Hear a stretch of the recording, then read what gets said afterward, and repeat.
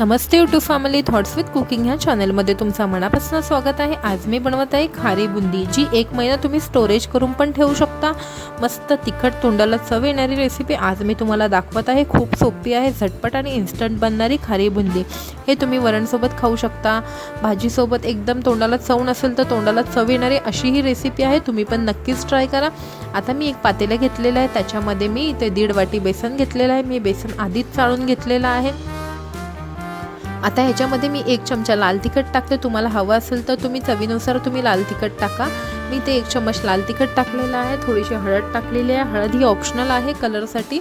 मी थोडीशी इथे हळद टाकली, जर तुम्हाला नाही टाकायचं असेल तर तुम्ही नाही टाकू शकता सॉरी। आणि मी ह्याच्यामध्ये आता मीठ टाकलेलं आहे चवीपुरता। मीठ टाकून माझं झालेलं आहे। इकडे मी 1 ग्लास पाणी घेतलेलं आहे। मला ह्या मिश्रणामध्ये जेवढं पाणी लागेल मी थोडं थोडं करून हे पीठ चांगलं मिक्स करून घेते। मी थोडंसं पाणी टाकून थोडंसं मिक्स करून घेतलेलं आहे पीठ। मला ह्याच्यात अजून पाणी लागेल, मी थोडंसं अजून पाणी घेते। थोडं थोडं पाणी टाकून तुम्ही पीठ मिक्स करून घ्या। तुम्ही जर एकत्र पाणी टाकाल तर हे पीठ पूर्ण पातळ होऊन जाणार, म्हणून तुम्हाला जसं हवं आहे तसं त्या प्रमाणात तुम्ही पिठाची कन्सिस्टन्सी मी तुम्हाला दाखवते। अशा प्रकारे पिठाची कन्सिस्टन्सी तुम्ही करा, नाहीतर आपली बुंदी बरोबर होणार नाही। बघू शकता पीठ पूर्ण मळून झालेलं आहे आणि अशा प्रकारची कन्सिस्टन्सी आपल्याला बुंदीसाठी हवी आहे। आता इकडे मी 10 मिनिटं या पिठाला रेस्टसाठी ठेवते। गॅसवरती मी एक कढई ठेवलेली आहे, त्याच्यामध्ये मी तेल तापून घेतलेलं आहे। तेल मी चांगलं कडून घेतलेलं आहे। आता त्याच्यामध्ये झाऱ्याच्या साह्याने तुम्ही हे बुंदी टाका। माझ्याकडे झारी नाही आहे म्हणून मी किसणीच्या साह्याने ही बुंदी टाकून घेते। बघू शकता किती मस्त आपली बुंदी पडते, एकदम मोत्यांसारखी।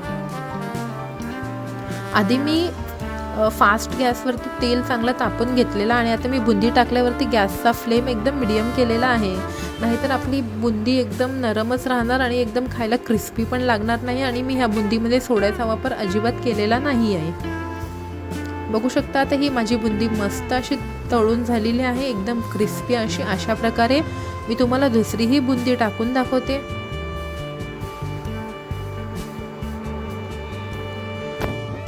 ज्यांना तोंडाला चव नाहीये, ही बुंदी अजून आपल्या तोंडाची चव वाढवणार आणि ही बुंदी वरणासोबत तर खायला खूपच छान लागणार।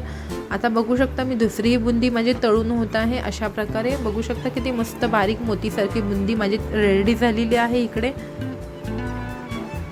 आता इथे मी गॅसवरती एक पातेलं ठेवलं, त्याच्यामध्ये थोडंसं तेल टाकलेलं आहे। आता मी ह्या बुंदीला मस्त असं एक लसूणी बुंदी तयार करते। आता मी त्याच्यामध्ये लसूण टाकले आहे। तुम्ही याच्यामध्ये शेंगदाणे पण टाका, पण मी नाही टाकलेला आहे। याच्यामध्ये कढीपत्ता टाकले, मस्त ह्याला असं गोल्डन ब्राऊन होऊन देते आणि हे सगळं मी माझ्या बुंदीमध्ये टाकून हे मिश्रण मी सगळं मिक्स करून घेते।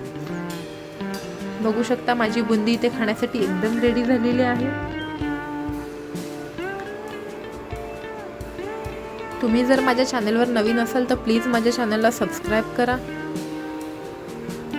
आणि शेवटपर्यंत व्हिडिओ बघितल्याबद्दल धन्यवाद। तुम्हाला माझी ही रेसिपी आवडली असेल तर माझ्या चॅनलला जास्तीत जास्त शेअर पण करा, लाईक पण करा, सबस्क्राईब करा आणि बेल आयकॉन पण नक्कीच दाबा, म्हणजे मी जे पण व्हिडिओ टाकणार त्याचे नोटिफिकेशन तुमच्यापर्यंत पोहोचू शकणार। धन्यवाद, थँक्यू।